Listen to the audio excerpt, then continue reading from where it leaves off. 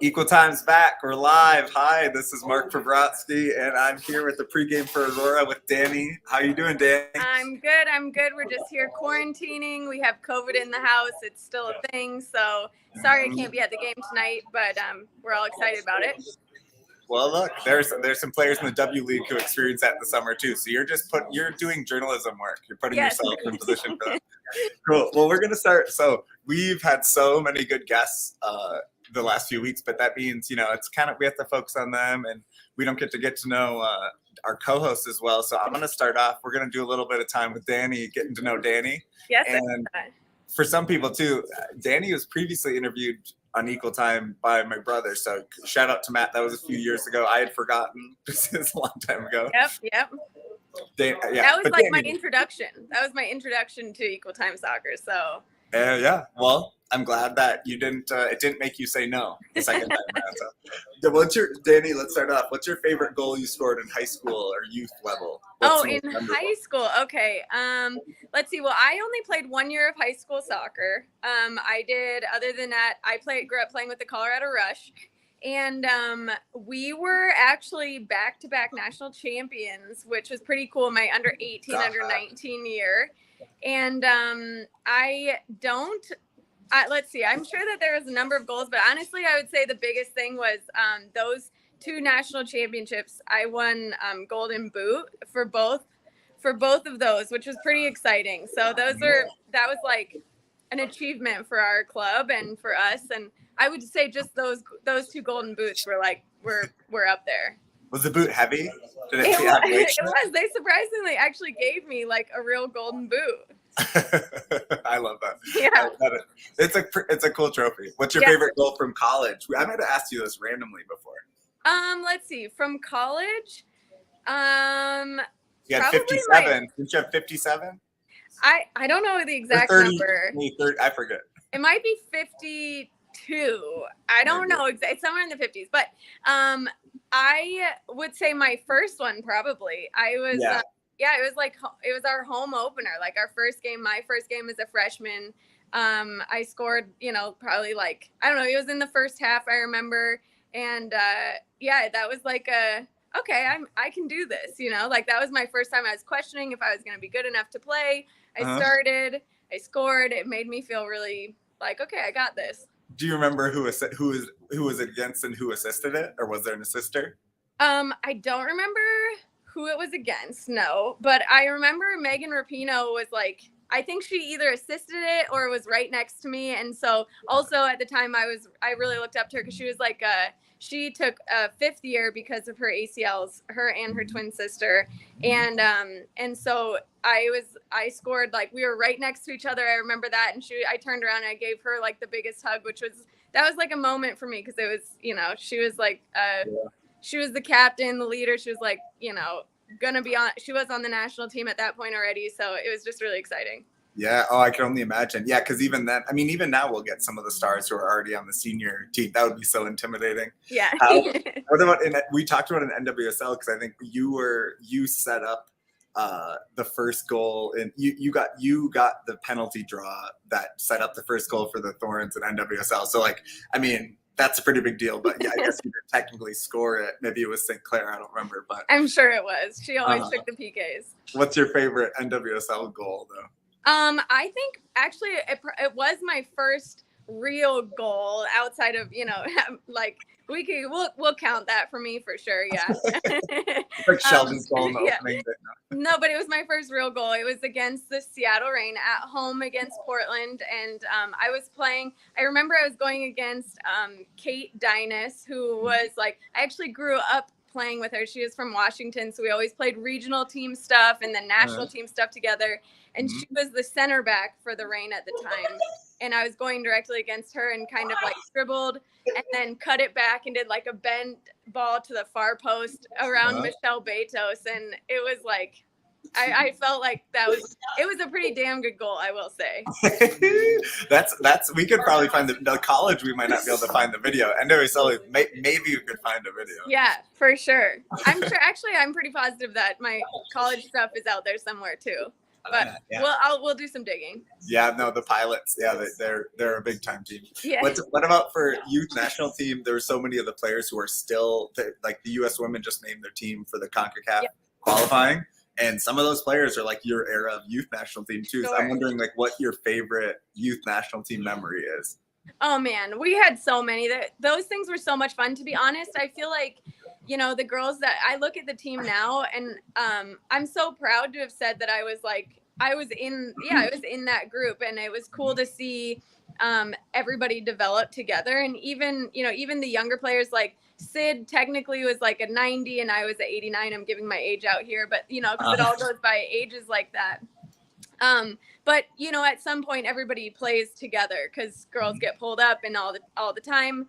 Not to mention like Lindsay Horan grew up playing for the same club I grew up with. Oh yeah. So you get to know each other. It becomes such a small group that everybody knows each other and just has so much fun. But going international is always a blast. Yeah. Like you really can't beat those times. You're always exploring something new. You're trying to speak new languages, you're trying new food, and the national team, US soccer, always does a good job of like getting you out of the hotel and exploring someplace. So we got to go to Argentina. It was one that really stuck out to me. And it was I just remember like, that was such an unknown place to me. I was, we were young and it was so foreign, but it was amazing. Yeah, that would be really cool. Yeah. What other countries did you go to? Any other countries? Sure. Yeah. I remember before Leicester City was what Leicester City is now, before they got pulled up into the Premier League, we went and toured their stadium because we played like just outside of there. And I remember we went and looked at the stadium and we were like, these are,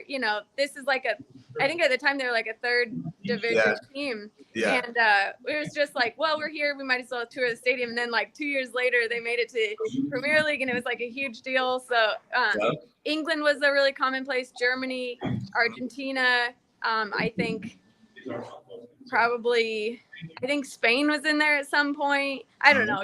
It's just wow, too many to remember, dude. I know. It was fun to travel. That was that got me the bug for sure. Amazing. Yeah, no, and to get into that many caps, I mean, it's like I can only imagine that would just be the coolest experience. How about who is the defender you least like playing against? This could be from whenever. It could be someone you remember from high school, but I'm guessing there's some more prominent people maybe who gave you problems. Yeah. Well, I will say Lauren Barnes is probably, and Steph Lopez, now Cox, are probably the two best defenders I've ever played against. And I would say like if the way that they play defense is really similar to the way that I play offense. We're both kind of like sneaky, like they're not the big, strong players, but they were so smart. They could read any play. So I feel like that was really hard for me to play against because normally I could, figure out ways around really athletic defenders. But those two were really hard for me to be matched against because of our thought process. So I would say those two. Also, they're incredible people and defenders. But Kendall Fletcher was like a bruiser, so I hated playing against that for the other reason. What about the best teammate you had, either like who never went pro or just never you feel like got the shot? Maybe they could if they had the chance, like if they were in the NWSL now where it's bigger and better chances. Is there a player like that, like a person you think could have been big? Without a doubt, Michelle Enyart. If you go back, she played at the University of Portland. She was on the under 20s with like the year above me. So like Keelan Winters, Ellie Reed, they actually won the under 20 World Cup, which I think was like one of the last time before maybe Lindsay's team won the World Cup. They won it. Their team was stacked, like all sorts of. I think Alex Morgan was on it, Sid LaRue. I mean, it was just Kristen Press. The team was stacked. And Michelle Enyart was on it. I think she was actually their highest goal scorer, and she was leading at the University of Portland. I think she was leading goal scorer as well for a while, our junior year. And then going into this quarterfinal game, she had a torn ACL that was kind of like a career-ending injury. It turned out to be like a lot more, and that was like also it was kind of like the end of I feel like what her potential is, because she was incredible. She was literally incredible. The fastest person I've ever played with. Mm-hmm. Yeah. Who is your favorite player growing up? Christine Sinclair, no doubt. Yeah. She was always one I would watch, even, from afar. So that I got the chance to go see her when they won their 05 national championship, because I was playing club soccer at that tournament. Yeah. And they beat, I want to say it was UCLA. But yeah, she's goals forever. Is that what part of made you want to go to Portland? Yeah, that was the first time. Also, it was a small school. I looked at a bunch of different schools. But then when I went there, I had always gone to small schools, like growing up. My high school was small, all of that. So it just felt like home. When I initially went there, just the small atmosphere was nice. In hindsight, I might do things a little differently, just being like, I didn't want to do the major that I ended up doing, but but it was a great school to be at. Yeah. Who's your current favorite player? Ooh, current favorite player? We can say besides St. Clair. We all love the great one. Yeah, Sink is probably still it, to be honest. But Lindsay Horan. Yeah.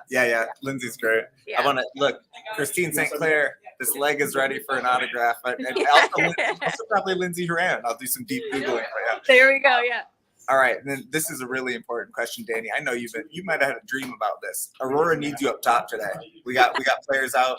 How many minutes do you give Nicole off the bench, or are you starting? Are you giving it 60 or 90? Oh man, I never was a player who could do 90. I'm embarrassed to say that. I had some calf issues that always took me out. So even at my peak, I couldn't give a full 90. So I would say I would do maybe 60, but I was always really good coming off the bench, which was most of my professional career. So I would say, don't start me.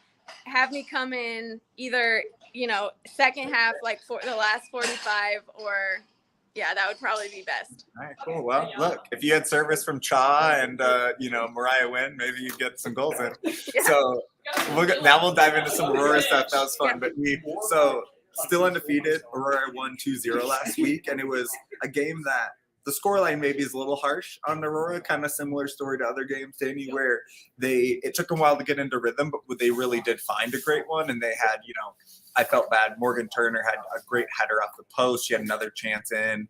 Abby Brantner, another forward, got a chance, and she had a couple plays that were really dangerous. So the good thing is they were in spots. I mean, that we keep getting into spots. The challenge was when it was 2-0 at the end, you have a chance to have the other team get back in the game.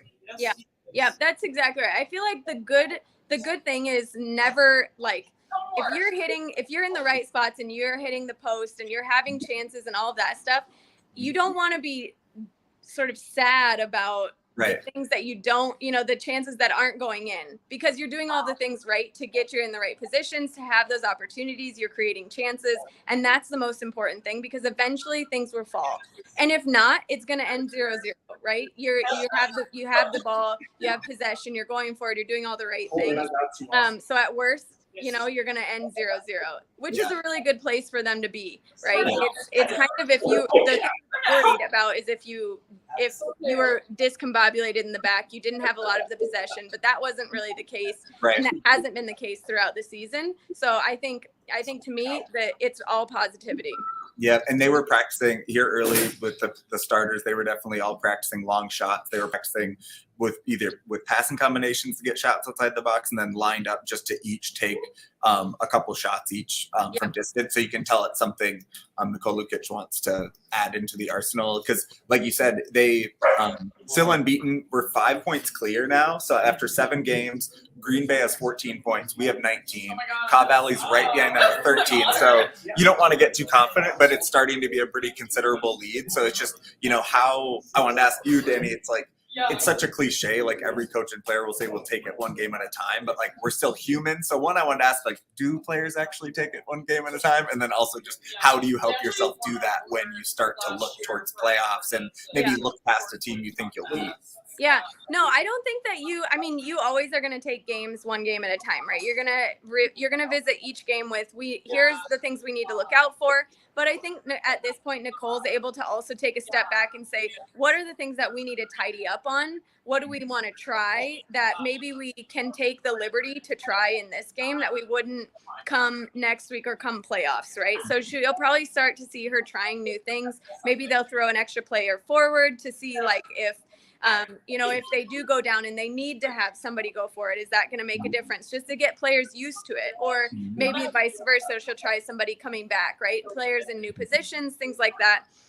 You just start to plan for different sort of game scenarios. And these are the places to try it, just to let them get used to it in a not pressured situation. Having said that, I'm sure that the point is going to be, we still have to win, we still have to get forward. We still have to get points. So do that first, and then we can start to work on some other things. Yeah, I think maybe, gauging on other weekends when we've heard from the coaching staff, I think like the starting lineup came out a little bit ago and it's consistent, same back line, Simmons and Stone as holders and Cha in the middle, Zabilich and Wynn and Hansen up front. So it's the regulars and then just a little switch on the bench, like Christelle is in as a sub, and of course the Rapp sisters. But so she swaps out the forwards like she has before, but I'm sure the goal is maybe get the win here. The game on Sundays against St. Louis, which at home you would really like, that they still haven't won, and Aurora's even on more of a roll. So you would think that's probably what the coaching staff's thinking, is like maybe because, in the stretch you want to see maybe what you have in defense, it's because if something were to happen, maybe testing a couple more people. What do you think about that? That's exactly right. That's exactly what I would say, is they're probably, once they get a goal or two up in this game, I would imagine you're going to see her start to give some players a rest because it's not so necessary. Give some other people some minutes. And then Sunday, you might even see more changes. But this is the time really, that she's going to be able to plan for that. But again, you kind of have to get the points first. You have to let the rhythm settle, which is why she has the same starting lineup. And again, you're not going to see many changes in the back regardless, but maybe next game you will once it gets solidified. That's when you can probably start building in minutes. Yeah. Well, and speaking of the quick games and rotation, so Aurora's been pretty balanced throughout in their schedule. Chicago Dutch Lions, they had 2 games delayed, and so their schedule has become insane. So in the next 16 days, they have 7 games, Dani. So it's every other or every 3 days, which is just, and it, by the way, they drove up here today, and they got here a little bit ago, and it's like 90 some degrees on this turf. So this is how they're starting 7 games in 16. See, and this is where their coach is having to think minutes, no doubt, because nobody's going to be able to last 90 minutes for each of those games. So regardless of how he wants his lineup to look like, he's going to have to build in changes, which makes it really hard. I say he, it could be a she. It's going to be really hard for them. I apologize for that. Yeah, no, just the challenges of this, and it goes to show when you see the other teams arriving and leaving and you talk about what they're doing, it goes to show just like the investment in Aurora players, because, they're riding on, secret, when it was hot in St. Louis, I got on that coach bus. That coach bus is nice that they're riding on. It's nice, and spacious, but literally it's like, you can stretch your legs out. And it seems like what we were hearing is that the Chicago players drove up in cars today. Yeah. That's the most common case, to be honest, in this league, just because the league, it's not well funded. It's a lot of times it's like host families holding the girls, sort of giving them their cars to use, things like that. My family did that when I was growing up. So, I know that's the way that it goes. And that means that somebody's driving, all 5 hours, which is tough, definitely tough on the body, especially if they're coming here day of. That's exhausting. Yeah. How much do you think, Dani? So like we said, we're getting a pretty clear lead and we're showing consistency. And I think they're not taking anything for chances. You're seeing a tight rotation, but there are players who maybe only got to play once, like Mayu, or there's other players who haven't played yet. How much do you think they're maybe thinking they're going to get a chance in the end of this? When we have these rotations, maybe, especially in the last 2 games, if say there's something clinched, when you're a bench player like that, maybe in some of the NWSL teams you were on, how does that affect? Because they must be getting really eager and anxious to finally get their chance. Yeah.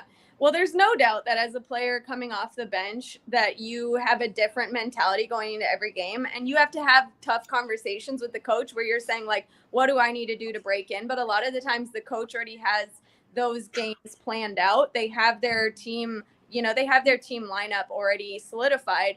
And it's really like you have to be prepared for your moments. And that's the mentality that you have to bring. And honestly, you are more important in practice because you're really giving the starters you're challenging them every day to be better and to work on the things that maybe they're not so good at come game day. So that is a real role that is really difficult, but is vitally important to the team. And I'm sure that that Nicole has those conversations with those players. Nonetheless, it doesn't make it easier. So I think for these girls coming today, looking into the next few games, they're looking at, okay, this is going to be what I've been working for, this whole summer season. I want to be the best that I can in these few minutes. And when the time comes, I'm gonna bring what I know I can bring. That is a really tough mentality to bring every day, but like I said, it's the most important role. Well, and shout out to, there's 3 players who are training players with Aurora. So 2 who play at Hamlin, a Division III school in St. Paul, and 1 who I think is from Minnesota but plays at UNC Asheville. So I also think there might be a time where we get them on some sort of show because because they're invaluable in terms of helping the team keep balance when other people are out, and it's an amazing experience for them as well. But it's a unique thing to be a training player. I'm kind of curious to get to chat with them. Yeah, no, I mean, even in the NWSL, we had players like that every day. And again, they're so important because when you want to do a 11-on-11 scrimmage, or even like starters, you put in different scenarios. Like if you're down, this is what we're going to do. If you're up, this is what we're going to do, how we're going to kill the game off. A little gamesmanship there. You have to have 11 players, and the roster doesn't allow you to do that. So again, those players that are just training players, they are so important to the mentality and the success of every team. I knew them on every level. I was one at NWSL, and I knew that role was so important. Yeah. Well, so we'll give a shout out to Pride Month. My directional work. Yes. Aurora, they have some Pride merch available, and I should say, I don't know if we shouted out, but Lydia Rupert designed the tank top that had see the different colors and all the different, including trans colors and everything. Yeah. The different I love it. Yeah. So, and it's not irrelevant. We're focusing on soccer today, but trans rights are human rights. Abortion is healthcare, I'll say as well. Going out on a limb, but it's true. No, it's not a limit. It's rights. We're here to fight as a women's team. It's important to everybody. We're building an inclusive game. All right. Yeah. Awesome, Dani. Well, I'm excited. We're going to keep the thing rolling here. Hopefully we see some goals, and hope you feel well. Shout out to Lauren and the baby, and just hope, you guys are feeling safe. Thank you. Well, we tuning in. Awesome. Thank you. Bye.